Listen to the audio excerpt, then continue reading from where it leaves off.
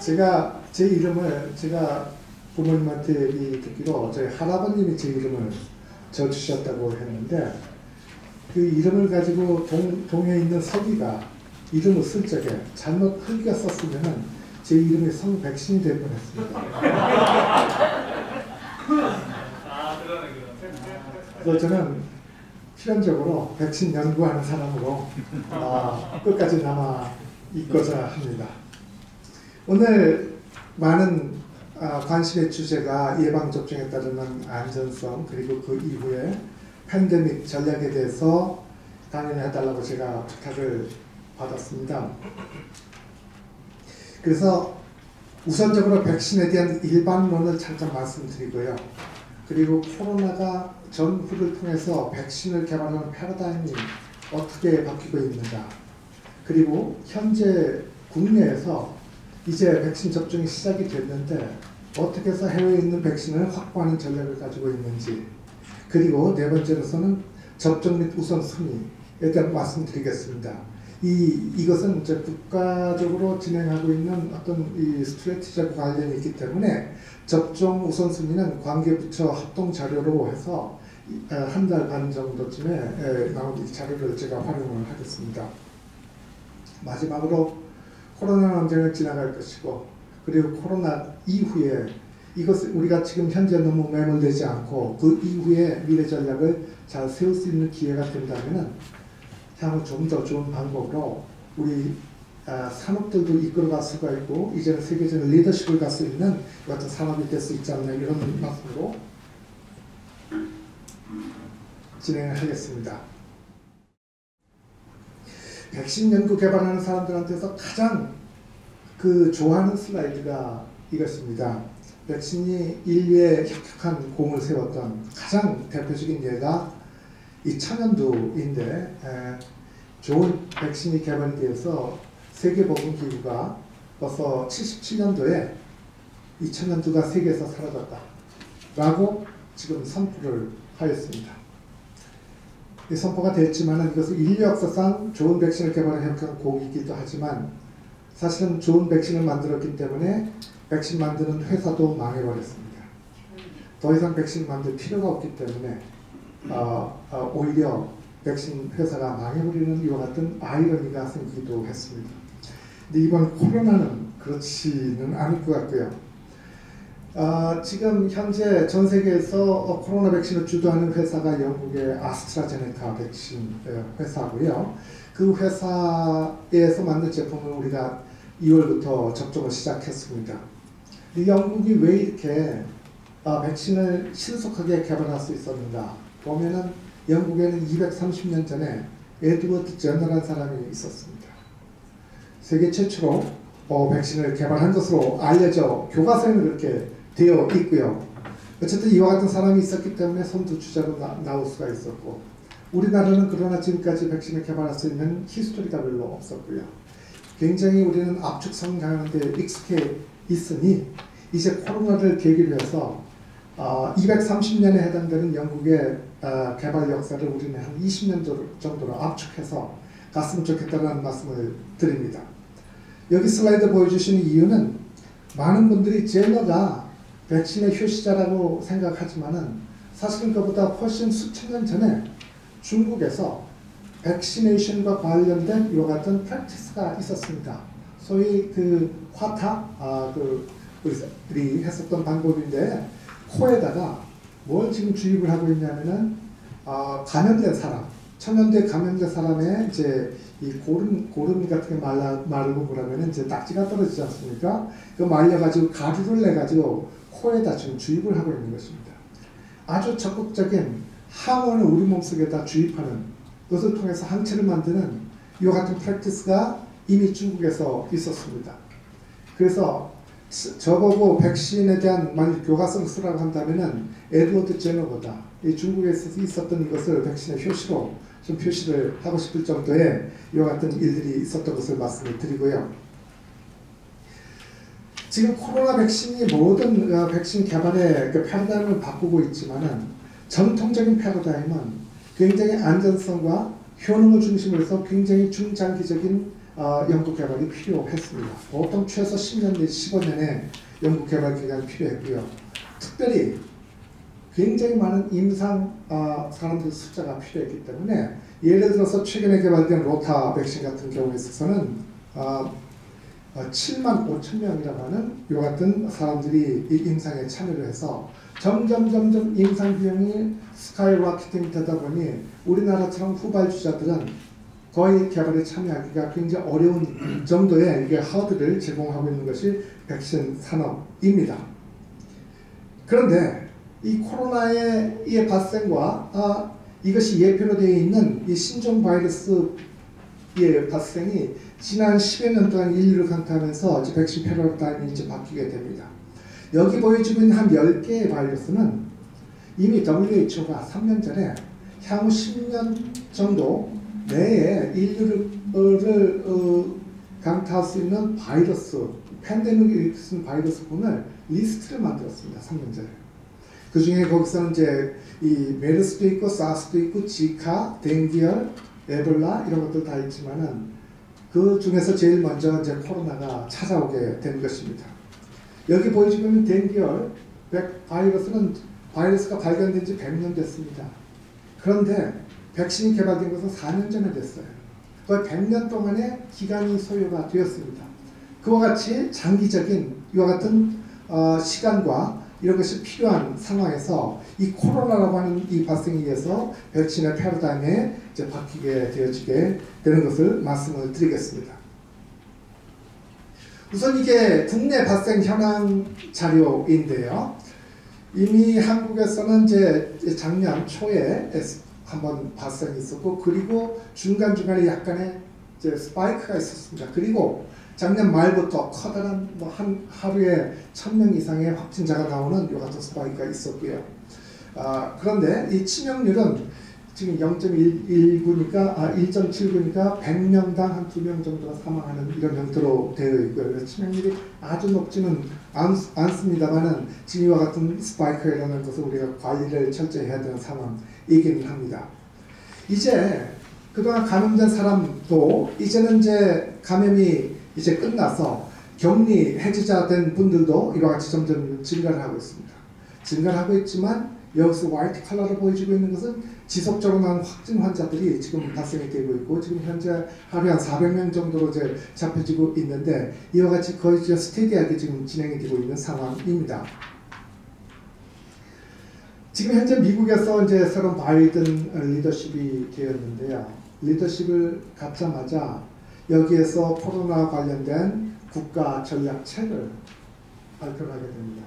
여기에서 한 7개의 프라이어티, 국가적인 프라이어티를 명시했는데 그 중에 가장 첫 번째로 쓴 것이 정부와 국민과의 소통이다. 신뢰의 확보다. 아까 오면 총리님께서 말씀하신 것처럼 이 신뢰의 확보, 소통을 통한 신뢰 확보가 굉장히 중요하다는 것을 제일 먼저 적시를 하였습니다. 그 다음에 적시한 것이 백신입니다. 백신을 통해서 이것이 예방을 해야 되고, 세 번째가 마스크와 같은 이와 같은 도구를 사용해야 될 것이고, 궁극적으로 빠른 시일 내에 학교도 오픈을 하고, 그리고 우리가 저녁도 같이 먹고 할 수 있는 이와 같은 노멀로 다시 리스토어 하자라는 것이 있습니다. 결국 미국이 현재 이 코로나를 통해서 굉장히 해외적으로 리더십의 타격을 받은 건 사실이고요. 그 마지막 7권에서도 보면은 미국의 리더십을 리스토어 하자라는 이와 같은 형태의 말을 하게 됩니다. 이것이 어쩌면 코로나라고 하는 질병이 국가의 흥망성쇠를 좌우할 수도 있는 이와 같은 힌트가 될 수 있는, 어쩌면 우리나라와 같이 지금 fast follower 역할을 했던 이런 나라도 어쩌면 이것을 잘 역이용하면은 글로벌 리더십을 확보할 수 있는 계기로 했으면 좋겠다는 말씀도 드려봅니다. 네, 이것을 넘어갈게요. 자, 우리 백신을 맞으면서 이거 맞아도 되는 것인지 하는 안전성에 대한 걱정을 많이 하고 있지 않습니까? 이 걱정이 근간이 없는 것이 아니고요. 이미 히스토리는 있습니다. 뭐냐면은 이 바이러스는 이게 이름이 사스 코로나2로 명명이 되어 있죠. 이 얘기는 오리지널 사스 코로나가 있었고요. 그것은 2002년도에 전 세계에서 확산될 뻔했다가 잠잠해진 그 코로나가 있었습니다. 그 당시 사스 코로나를 백신을 가지고서 동물 실험을 했을 때에 이상한 현상이 발견됐습니다. 어떤 현상이었냐면은 백신을 맞고서 감염이 방어가 돼야 되는데 오히려 감염이 증가되는 사례가 나왔습니다. 이것은 인체의 클리니컬, 임상에서 나온 결과는 아니고 동물 실험에서 그런 결과가 나온 적이 있습니다. 사실 이와 같은 현상은 아주 소련한 것은 아닙니다. dengue 백신이 실제로 백신을 맞고서 이와 같이 감염이 증가되는 이런 현상들이 있어서 dengue 백신이 100년이 기다려가지고 백신이 개발됐지만 4년 전에 개발돼서 필리핀에서 처음 사용을 했는데 필리핀에서 사용한 지 1년 만에 돌아버렸습니다. 오히려 이렇게 감염되는 현상이 많아졌어요. 그와 같은 현상이 혹시 사스 코로나2에서도 발견되지 않을까 염려를 했습니다. 그러나 아직까지 안심되는 것은 임상에서 그런 증상은 좀 도큐멘테이션 되고 있지는 않습니다. 오히려 조금 백신에 대해서 일반적인 그 부작용에 관한 이런 일들이 많이 도큐멘테이션 되고 있고, 따라서 우리가 생각하는 현재의 코로나 백신의 이 안전성은 원래 오리지널리 우려했었던 그와 같은 안전성은 피해갔다, 문제는 피해갔다라고 일단 말씀을 드릴 수 있을 것 같습니다. 자, 기본적으로 백신에서는 크게 두 가지 요소가 필요하죠. 일단 건강한 사람들한테 주사를 맞기 때문에 안전해야 됩니다. 이 100만 명 중에 이게 한 명이라도 사망이 되거나 그러면은 이제 리스크가 나오고, 그래서 일반적인 치료제 백신 개발 패러다임하고는 틀립니다. 그래서 안전성이 굉장히 중요한 이슈에다가 그리고 효능이 있어야 됩니다. 따라서 이와 같이 두 개의 이 필러를 이것을 만족시키기 위해서 최소 10년, 15년의 연구 개발 기간이 필요했습니다. 근데 우리한테 추가적으로 요구한 것은 바이러스 지금 현재 확산 속도보다 더 빠른 속도로 백신 개발하라고 하는 신속성에 대한 이와 같은 요구를 지금 우리가 받고 있는 것이죠. 그래서 안전성 효능과 신속성, 이것은 문자어라 서로 사맞지 아니하세요. 정말 이것은 컨트라딕트리한 이런 컨셉을 한꺼번에 우리가 요구받고 있는 이런 상황이라고 볼 수가 있습니다. 따라서 지금 현재 우리가 많은 미디어에서 그리고 또 과학적으로 많은 의문시 되어지고 있는 안전성 문제, 효능 문제가 이것은 이미 예견된 일이라고 또 볼 수가 있는 것입니다. 짧은 기간 내에 검증을 하지 못한 상황에서 개발이 되다 보니 이와 같은 이슈는 있을 수밖에 없는 것입니다. 제 기록에 의하면 제가 작년 10월 달에 또 한번 불러주셔서 강의를 했었는데, 그때 제가 했었던 말씀을 다시 한번 말씀을 드리면은, 일반적인 백신을 개발하는 컨벤셔널한 패러다임은 소위 그 3I 프린시플로 된다라는 말씀을 드렸습니다. 이거 시험 본다고 했는데 시험 문제 낸다고 그 당시에 제가 시험 문제 낸다고 이걸 낸다고 말씀을 드렸었는데요. 뭐냐면은 바이러스를 일단 우리가 손에 쥐어야 되겠죠. 그리고서 그것을 불활성화시킨 다음에 그 다음에 우리 몸에 주입을 하는 겁니다. 항원을 우리 몸속에 주입을 하면 항체가 생기는데, 있는 바이러스를, 살아있는 바이러스 그냥 주입하면 우리가 감염이 되기 때문에 그 바이러스 그냥 주입하면 안 되고요. 일단 죽여버려야 됩니다. 그리고 inactivation 시켜줍니다. 그래서 일단 바이러스를 isolate, inactivate, inject, 3I principle이라고 하는 이 conventional vaccine 패러다임에서 이제는 뉴노멀 시대에서 굉장히 다양한 플랫폼들이 나오고 있습니다. 모두 다 신속하게 개발이 될 수 있는 플랫폼입니다. DNA 백신, RNA 백신 요거 3주 만에 생산이 가능하고요. 벡터인 백신도 한 달 만에 생산이 가능한 것으로 얘기를 하고 있습니다. 그래서 기존에 있는 컨벤셔널은 느리고 코스트도 많이 들고 한 것을 신속하게 개발해서 빠른 속도로 접종하자라는 이게 뉴노멀에 맞는 이제 백신 패러다임이 지금 요구가 되고 있고요. 여기에서 선두주자로 나선 것이 여기에 보여지고 있는 mRNA 백신. 이것이 모더나, 파이자를 통해 가지고서 개발이 되고 있는 것이고요. 그리고 이것이 모더나 백신, 파이자 백신은 이번 4월부터 우리한테 접종이 될 예정에 있습니다. 물론 최근에 아주 소량이 미리 들어와서 우리 의료진을 중심으로 해서 시작은 되긴 했습니다.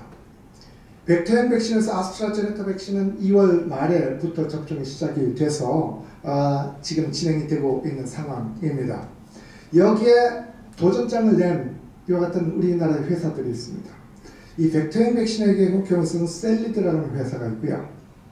그리고 DNA 백신에 있어서는 해외에서는 이노비오라는 회사가 있는데 국내에서는 두 개의 회사, 진원 그리고 제넥신이라는 회사가 도전장을 내밀었습니다.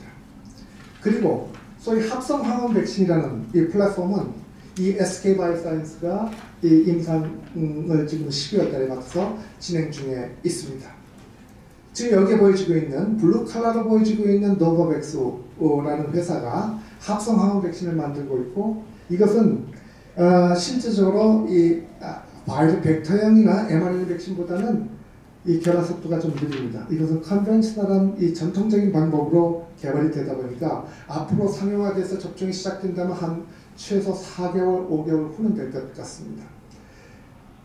그 SK바이오사이언스가 노바백스의 이 백신을 가지고 국내에서 CMO, Contract Manufacturing Organization을 통해서 용역 생산을 들어가고 거기서 나오는 첫 물량을 우리 국내에서 접종을 할 수 있도록 그렇게 계약이 되어 있는 상황입니다. 지금 여기 한국에 있는 회사가 적어도 3개 분야에서 그 도전장을 내밀었는데 조금 효과적인 면을 조금 말씀을 드리면은 이 DNA 백신은 전통적으로 효과가 많이 떨어지는 것으로 알려져 있어요. 원래 개발된 지 지금 20년이 남았는데 아직 커머셜리 어베일러블한 백신이 하나도 없습니다. 그건 효과가 좀 떨어지고 있어요. 그래서 이 진원 제넥신 이 백신은 조금 다른 것과 컴플리멘테이션을 해야지 아마 상용화가 될 수 있다고 생각을 하고요. 이 셀리드라는 회사, 벡터형 백신은 원래는 바이러스 백신을 만든 회사가 아니었습니다. 원래는 항암제를 만들던 회사였는데 이것이 이 바이러스가 오면서 여기에 이 확장을 한 이런 상황이고요. 전통적으로 오랫동안 여기에 투자한 것이 이제 SK바이오사이언스고 오늘 신문을 보니까 굉장히 지금 스탁마켓에서 잘하고 있다라는 이제 소식을 들었습니다. 자, 국내에서 개발하고자 하는 어프로치를 보면은 국내 자체적으로 개발하기에는 어렵습니다. 이미 조금 늦었고요. 그래서 자체적으로 개발하고 있는 것이 DNA 백신, 진원하고 제넥시나 회사가 이미 6월달, 12월달에 국내 인허가를 받아서 진행이 되고 있지만 많은 전문가들이 보기에 이것이 강력한 도구가 되기에는 조금 미흡하지 않나 이렇게 생각을 하고 있고요.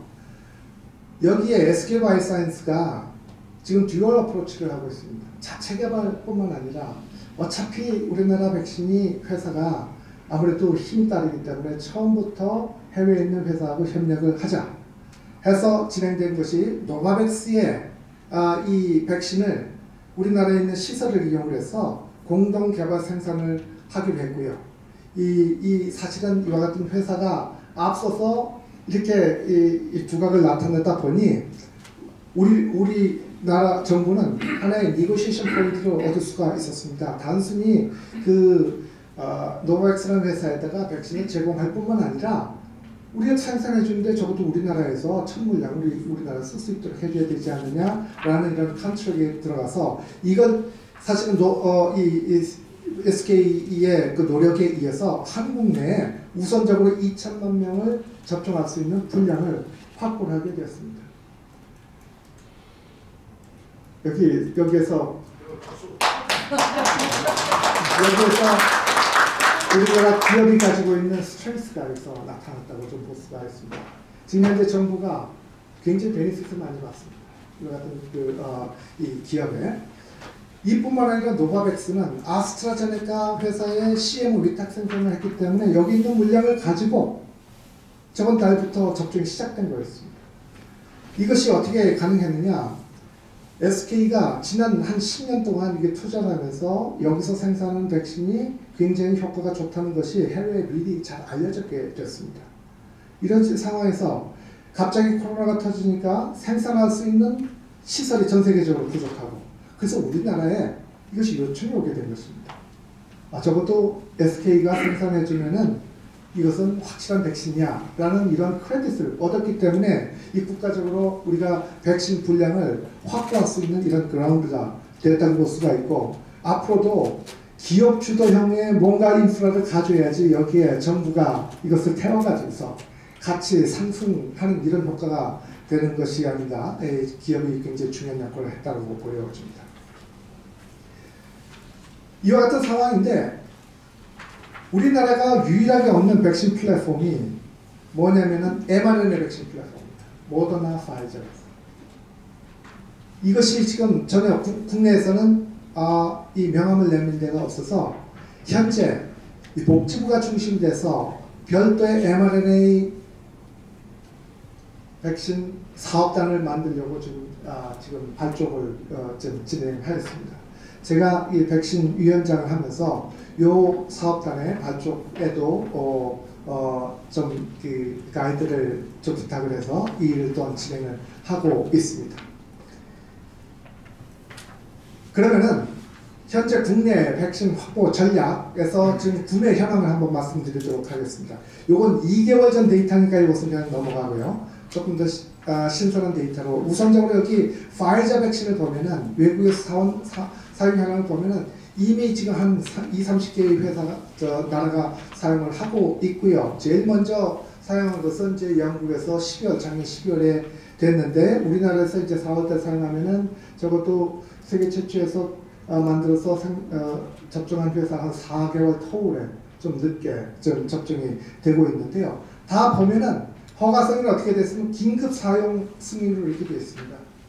코로나라고 하는 엄중한 사태에서 기존에 있었던 굉장히 까다로운 인허가 절차를 뛰어넘어서 굉장히 간략하고 신속하게 허가를 내는 쪽으로 모든 나라가 지금 이렇게 진행하고 있고요.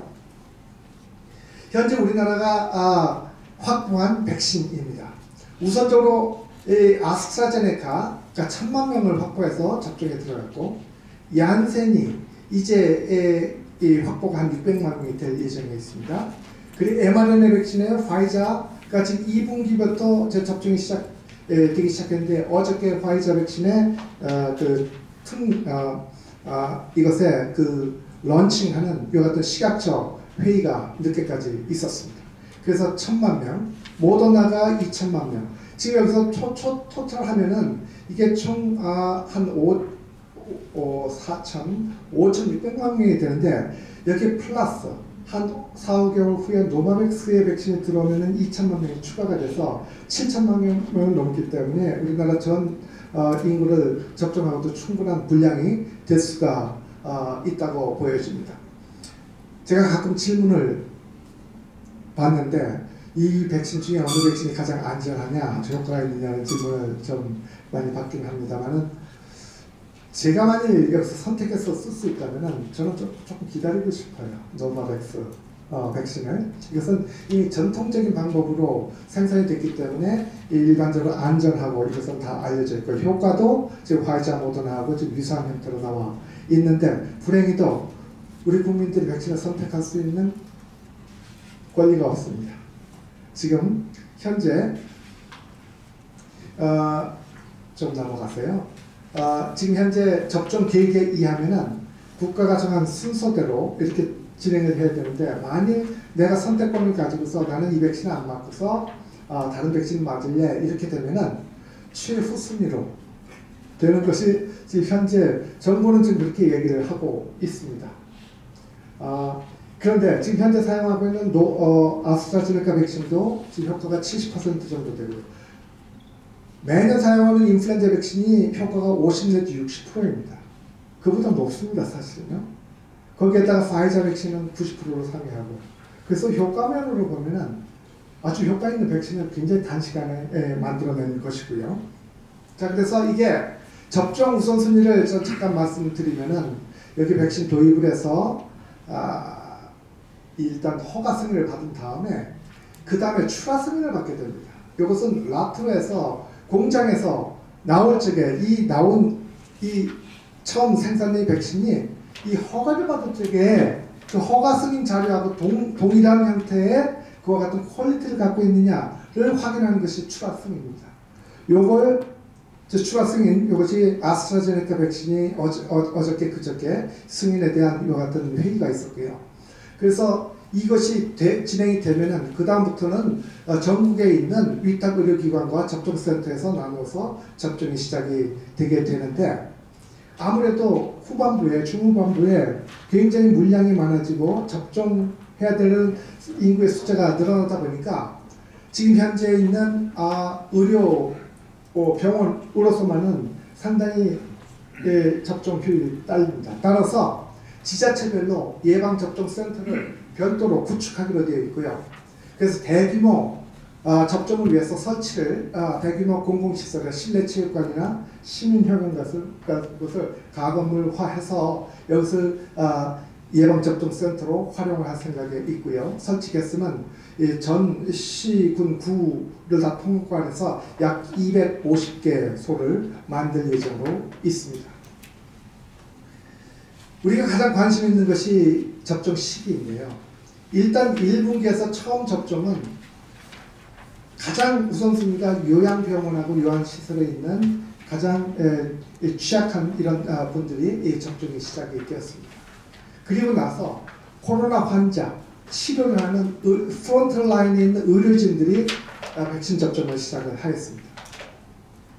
그리고 나서 2분기부터 들어오는 백신이 지금 이제 파이자 백신이 이제 사용이 되기 시작할 터인데, 여기에서 일단 65세 이상 고령자부터 순차적인 접종이 시작이 되고요. 여기 계신 분들 중에 몇 분이 아마 여기에 해당이 되지 않을까 생각을 하고 있습니다.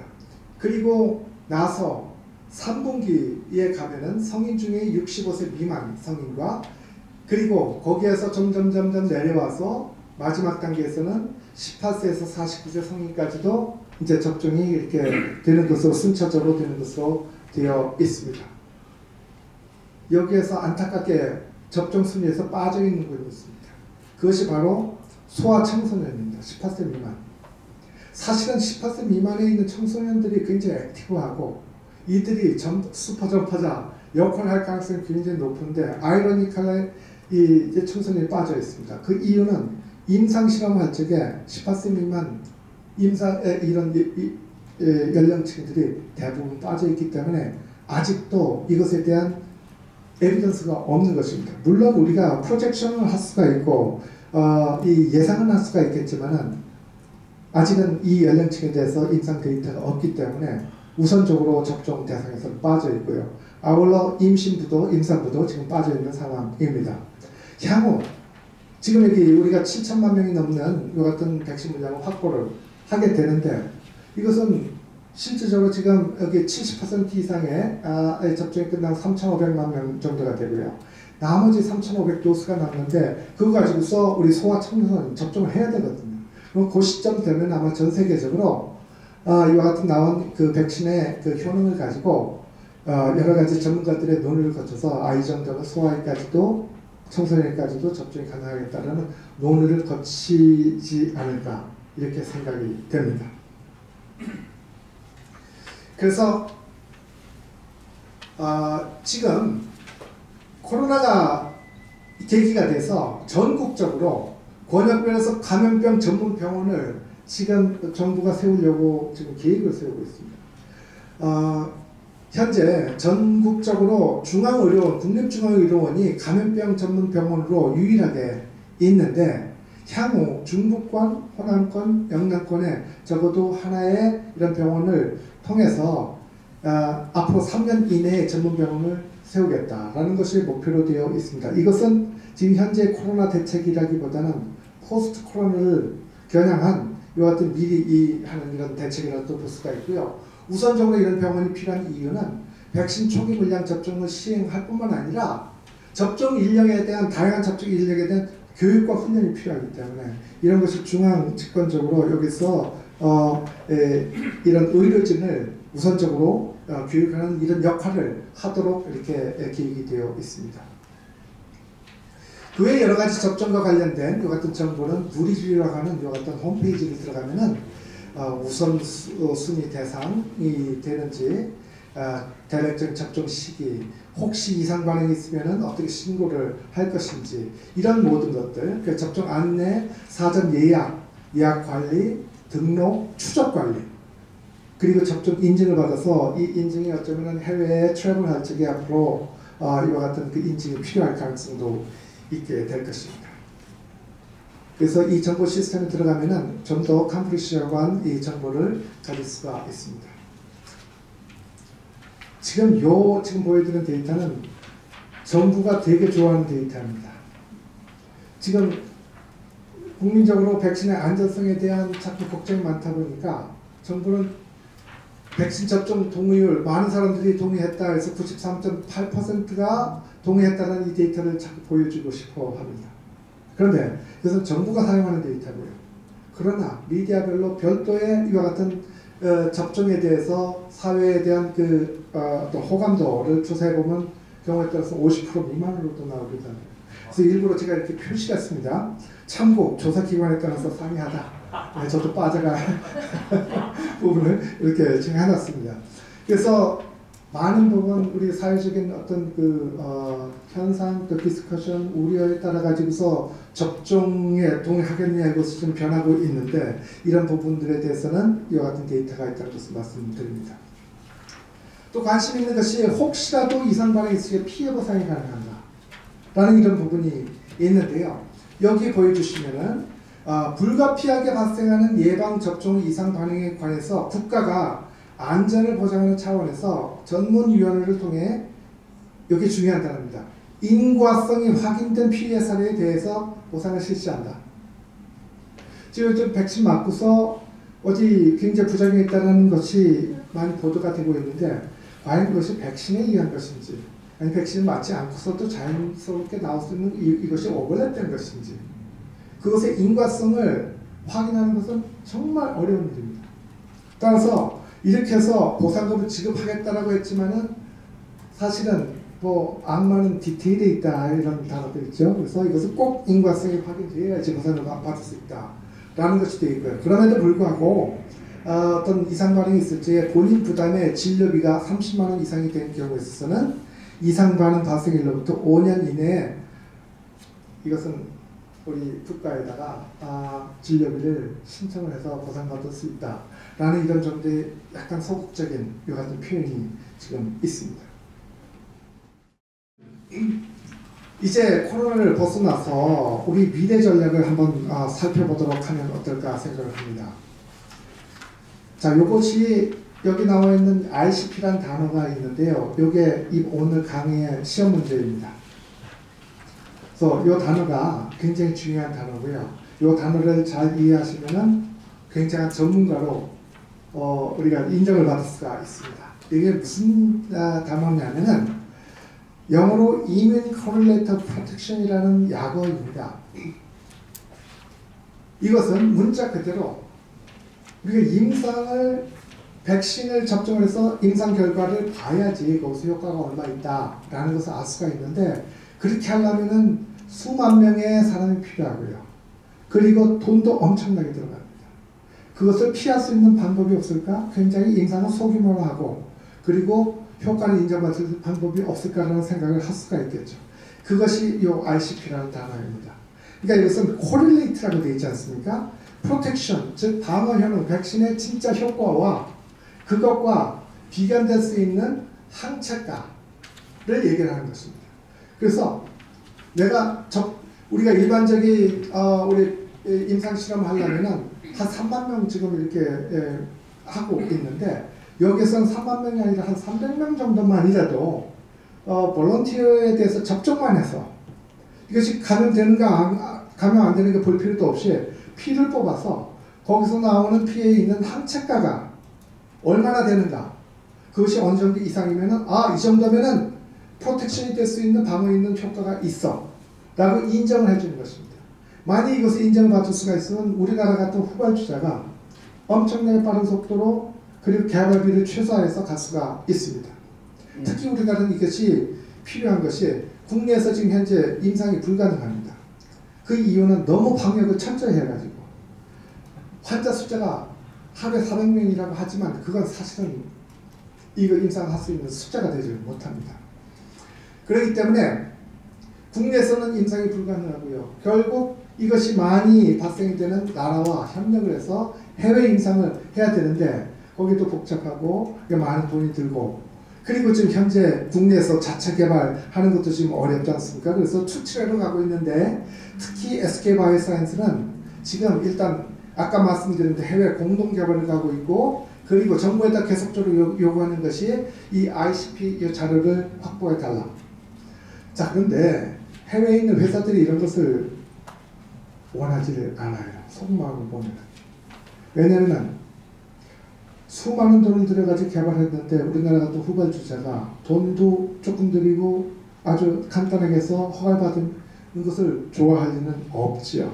물론 글로벌리 이것을 휴머니스틱한 뷰로 본다면은 빨리 많은 나라들이 사람들이 백신을 위해서 협조해야 된다는 측면에서는 협조하겠다 하지만은 이와 같은 데이터를 내려면은 굉장히 많은 수만 명에 해당되는 개개인의 이와 같은 접종 데이터와 그 개개인의 데이터가 다 필요한 상황이 되는 것입니다. 그것을 실제적으로 이 회사들이 제공을 안 할 가능성이 매우 높습니다. 그래서 이게 WHO를 중심해서 이것을 진행하고 있지만 아마도 쉽게 되지는 않을 거라고 좀 보여지고 있고요. 이런 부분에 있어서 정부도 앞으로 국내에서 임상을 하면은 굉장히 많은 돈을 수천억 이상의 돈을 들여야 되는데 아마 그렇게 하기 쉽지가 않을 거고요. 회사 입장에서도 그런 돈이 없으면 우리 개발 못해. 이 ICP 정부가 좀 WHO하고 협력해서 이 ICP 좀 가져오세요 하면은 그렇게 안 될 가능성이 높고요. 그럼 회사가 개발하다가 좀 개발에 자신이 없죠. 그러면 슬금에 빠질 수도 있는 하나의 익스큐즈를 제공할 수도 있다고 보여집니다. 문제는 이제 변이주가 확산이 되고 있고요. 이 변이주에 대해서 우리가 미래 전략을 세워야 되는데 어떻게 할 수가 있냐면 지금 현재 나와 있는 이 백신주에다가 변이주를 섞어가지고 하는 다가형으로 갈 수도 있고요. 아니면은 처음 주사는 지금 있는 백신을 맞고 추가 접종을 할 적에 두 번째 주사를 맞을 적에는 변이주로 접종을 하는 것입니다. 이렇게 갈 수도 있습니다. 향후 더 나아가면은 사스 코로나하고 현재 지금 사스 코로나 2가 지금 코로나인데 여기에 2005년 전에 있었던 메르스 코로나가 또 있습니다. 메르스 코로나가 사스 코로나가 지금 변종에 만들었는데 18년이 걸렸는데 그럼 메르스 코로나 6년 전에 있었던 메르스 코로나가 변종이 걸리는데 몇 년이 걸릴까? 예측을 해본다면 앞으로 한 5년 내에 또 변종이 생길 수도 있고요. 그럼 그때가 되면은 두 개 메르스 코로나하고 사스 코로나 2를 합친 이가형 백신이 될 수도 있습니다. 이렇게 가다가 점점 변종이 많아지면은 아예 많은 변종을 커버할 수 있는 소위 그 유니버설 코로나 백신이라고 하는 이것이 앞으로의 그 몇 년 동안의 화두가 될 가능성이 있습니다. 자, 한 2, 3분 내로 마치도록 하겠습니다. 자, 우리나라에서 이와 같은 많은 일들을 하고 있는데 너무 지금 여기에서 몰두될 필요 없이 기술을 개발하기 위해서는 앞으로 5년 후, 10년 후의 기술 개발 트렌드를 예측을 하고 거기에 대해서 투자를 할 수 있는 마인드가 있으면 어떨까 생각하는데요. 지금 현재 이 나노파티클이라는 이와 같은 백신 플랫폼이 지금 SK가 해외에 있는 유니버시티 워싱턴에 있는 대학에 이 기술을 가지고서 개발을 하고 있습니다. 근데 향후에 이 나노파티클 백신에다가 중간에다가 이 DNA 백신을 이 안에 끼워 넣는다든지 아니면 mRNA를 이 안에 끼워 넣으면은 하이브리드 형태의 더블 액션을 할 수 있는 백신이 될 수가 있습니다. 이런 것이 향후에 개발 추세가 될 것이라고 생각이 되고 이런 것에 대해서 신기술을 갖고 있는 이와 같은 기술을 갖고 있는 회사가 있다면은 좀 좋지 않겠는가 이런 생각을 해봅니다. 자, 한두 슬라이드로 마치도록 하겠습니다. 여러 가지 변종에 대해서 백신에 대해서 우리가 백신에 익숙한 것은 인플루엔자입니다. 매년 다양한 변종이 오고 그래서 백신주가 매년 달라지고 있죠. 달라지는데 백신주와 이게 매칭이 잘 안 되면 소위 그 백신 미스매치 때문에 그 해에 사용하는 백신 효과가 없게 되죠. 그래서 지난 10년 동안 연구자들이 하고 있는 것은 한 방으로 모든 바이러스, 변종 바이러스를 커버할 수 있는 소위 유니버설 백신을 개발하자 라는 것이 지금 현재 진행이 되고 있고, 이스라엘에서는 지금 임상 3상에 들어가 있습니다.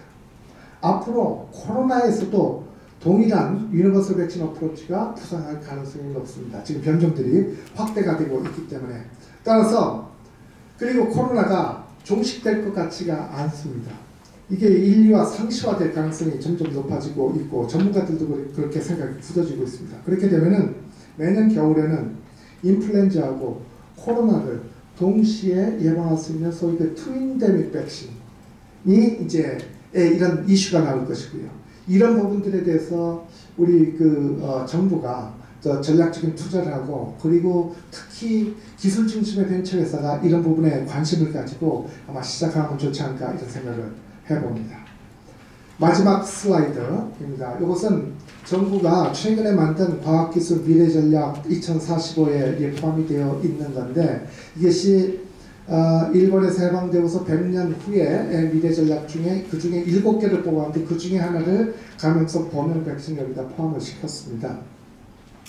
어쩌면은 바이러스와의 3차 대전에 있어서 이 새로운 전쟁이 날 때마다 그때마다 전 세계적인 리더십이 바뀌고, 1차 세대는 2차 세대 이때서 리더십이 바뀌었는데, 이제는 우리의 공적인 바이러스와의 전쟁이 어떤 새로운 전쟁 패러다임이 온다면은 이 바이러스를 예방할 수 있는 백신이나 치료제, 이것이 어쩌면 군수물자가 되겠죠.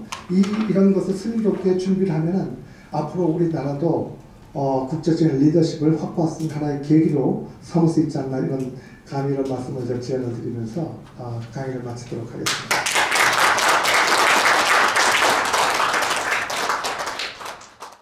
저는 그 백신 연구 개발에 대해서요, 우리나라가 좀 지향해야 될 방향이, 왜냐하면 백신이 고도로 이렇게 많이 개발이 되기 때문에 선진국에서 이미 많이 금방 mRNA든 뭐 DNA든 백신이 금방 만들어내지 않습니까? 그래서 우리나라에서 그걸 만들고 임상실험하기 상당히 어렵지 않기 때문에 저희가 할 수 있는 기술은 사실은 그 리피드 나노 파티클, 아까 나노 파티클 만드는 것을 우리나라에서 충분히 할 수 있어요. 왜냐면 그것만 가지고 있으면은 지금도 mRNA를 만들어서 백신하는데 가장 바투락이 나노 파티클을 만드는 기술이 없어서 양만 공급해도 물량이 딸리는 게 그것 때문에 딸리는 이유가 뭡니까? 그래서 우리나라에서 충분히 할 수 있는 기술이, 그래서 정책이 그거를 하고, 그 다음에 우리나라는 뭐 송도나 이런데 백신 생산 기지를 만들면 돼요. 그래서 퀄리티 컨트롤은 우리나라가 백신 만들기 위해서 정량을 하고 퀄리티 컨트롤을 잘 할 수 있기 때문에 우리가 센츄리나 삼성바이오 같이 세계적인 기업으로부터 이런 걸 생산해 줄 수 있는 생산 기지가 되고, 또 그렇게 함으로써 저희는 생산 기지로서 역할을 해주면서 거기에 따른 물량을 저희가 나라가 확보할 수 있는 그런 전략을 가면은 저희는 언제든지 최고의 백신을 저희가 가질 수 있고, 또 그런 아까 나노 파티클 기술이 있어야지만이 백신을 생산할 수 있기 때문에 미래의 지향적으로 앞으로는. 그래서 그렇게 하는 것이 더 효율적이 아닐까, 그런 생각을 해봤습니다. 네, 감사합니다. 지금 그 나노 파티클 요거 만드는 것이 mRNA 백신의 굉장히 중요한 요소 기술인데, 이것을 많이 비유를 한다면 자동차로 하는 엔진과 같은 기술입니다. 근데 자동차가 그것만으로 가는 게 아니라 브레이크도 필요하고 슈프도 필요하고 바퀴도 필요하듯이, 지금 mRNA 백신 만들 때 요소 기술들이 그 외에 또 여러 개가 있습니다. 근데 그 각 요소 기술마다 한계 기술이에요. 우리나라가 그동안 우리 열심히 하지 않았던 부분. 그래서 리피드 나노 파티클은 아주 중요한 엔진 기술을 우리가 갖고 있으니까, 나머지 다른 요소 기술들이 이 합치면 빠른 속도로 캐치업할 수 있지 않을까 생각을 하고, 그리고 그와 같은 전문가를 지금 브리핑을 좀 하고 있는 상황입니다. 네. 네, 한 두 가지만 여쭤보겠는데요. 하나는 간단한 얘기인데, 지금 mRNA 백신이 너무 신속하게 지금 긴급 사용 이제 승인을 받다 보니까 많은 사람들이 mRNA의 부작용에 대해서 신중하게 아직 검토되지 않았다 하는 의견을 제시하고 있잖아요. 그러다 보니까 파이자하고 지금 모더나도 맞는 게 좋으냐 하는 문제에 대한 게 있어다 보니까 지금 보면 제일 늦은 아까 단장님 말씀대로 노바백스에 대한 기대가 제일 큰 것 같아 보이는데요. 그래서 그거 하면 mRNA가 예. 과연 그런 위험성이 있나 하는 거 하나 하고요. 그다음에 지금 맡고 계시는 게 지금 백신 실용화 사업이잖아요. 네. 우리 이제 대한민국 백신 개발 측면에서 아까 말씀하신 대로 경제성 측면에서 한국이 감당하기 어려운 문제가 있다 보니까 네. 어떻게 지금 사업단장으로서 한국의 백신의 개발 방향은 어디로 가는 게 좋은가? 아까 이제 한 총장님 말씀처럼 생산 쪽에서 뭐 하나의 비워보자 하는 거는 뭐 하나의 한 트랙이고요. 지금 이제 개발 쪽에서는 네. 과연 한국은 그러면 그냥 뒷짐지고 게 좋으냐? 아니면 우리 백신 이제 실용화 사업단장님으로서 어떤 방향 쪽으로 우리 한국의 방향을 갖고 계신지 여쭤보겠습니다. 아, 굉장히 제가 하는 책무와 이제 관련이 있는 질문이시고, 그리고 제가 고민하고 있는 가장 큰 고민하고 있는 내용입니다. 실질적으로 우리나라에서 가장 필요한 백신은 필수 접종 백신, 어린아이들한테 맞히는 백신 중에 우리나라에서 생산이 안 되는 백신들이 대부분입니다. 그래서 1단 유사 시에 100일에나 이런 것이 아웃브레이크 있으면은 우리가 전량을 해외에서 수입을 해야 되거든요. 근데 아웃브레이크 있으면 우리나라만 있는 게 아니라 전 세계적으로 있다 보니까 자기네들 나라 맞히고 우리는 손만 빨고 있어야 돼. 그러니까 국민 보건에 있어서 엄청난 우리가 vulnerable한 이런 상황입니다. 따라서 우리 사업단에서 주요 목표 중에 하나는 이와 같은 필수 접종 백신, 어린아이들 중심으로 한 이 필수 접종 백신을 국내에서 생산할 수 있는 플랫폼을 갖추자라는 것이 소위 백신 주권 확보라는 캐치프레이즈로 그것이 중요한 이슈로 되어 있습니다. 문제는 그게 마찬가지로 쉽지가 않습니다. 왜냐하면 우리나라 어린이 인구가 점점 줄어들고 있잖아요. 출산율 세계 최저. 그리고 이 시장 자체가 너무 작고요. 그리고 필수 접종 백신은 워낙 쌉니다. 어린아이들한테 맞힌 백신은 비싸게 받을 수가 없죠. 그러니까 시장도 작고, 그리고 값도 싸고, 그러니까 기업체들이 뛰어들지가 않습니다.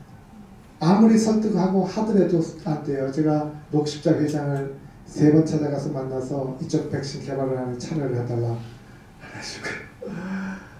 굉장히 어렵습니다. 그래서 필수 접종 백신, 이가 코로나가 지금 이것 때문에 모든 것이 다 마비되어 있지만은 실질적으로 코로나가 없어지면은 그동안에 정말 중요했던 우리나라의 보건 이슈들이 이제 서피스 아웃 델타인데 이게 필수 접종 백신입니다. 이 부분에 대해서 기업의 참여도가 이렇게 낮다 보니 이것은 어려운 것이고, 하나의 방법을 제시한다면 일단 기업이 어느 정도 생산한 백신은 정부가 매년 몇 도수 이상을 사주겠다라는 구매 확약 정도를 할 수가 있으면은 적어도 그 정도의 확보된 시장을 가지고서 이제 할 수 있지 않을까. 그것이 하나의 저는 정부에 건의를 드린다면 아마 어렵겠지만은 이런 건의를 좀 드리고 싶고요.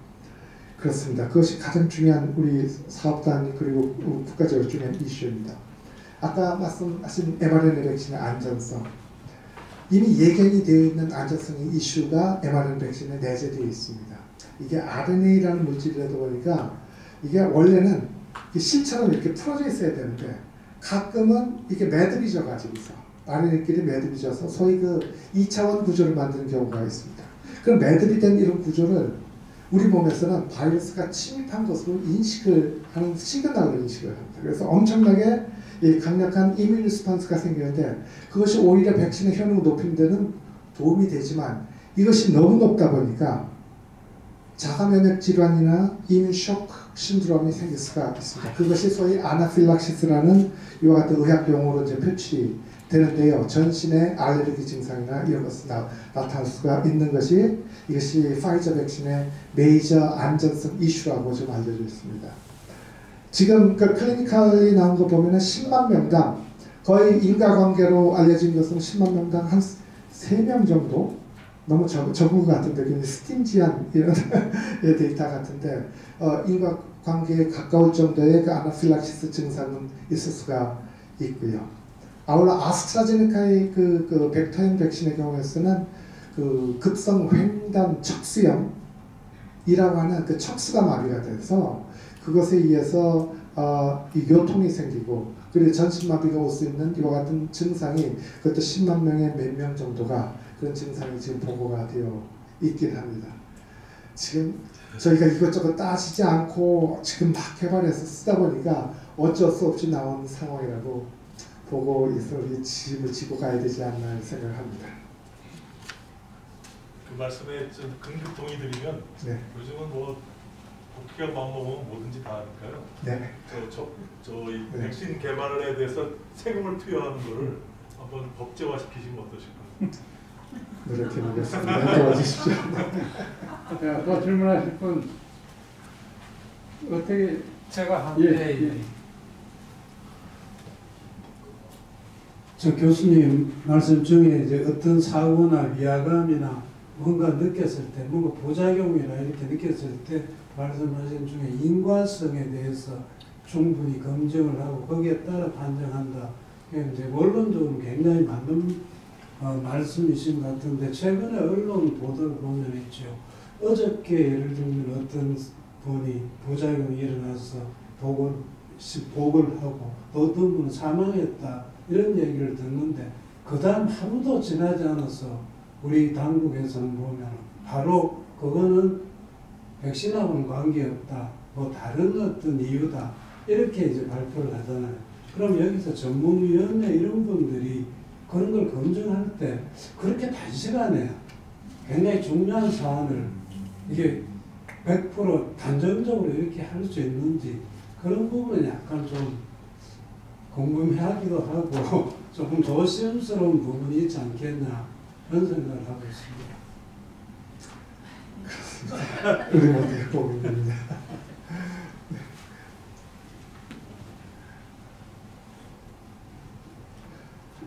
제가 이것은 답변 드리기가 좀 어려울 것 같아요. 인과관계를 이것을 증명하는 것은 어떤 경우는 수년도 걸리기도 하지 않습니까? 참 어려운 부분이고 원론적으로 맞는 부분이지만 네가티브하게 보면 이것은 책임 회피로 쓰여질 수 있는 이 요소도 많이 있다고 보고 있습니다. 박수.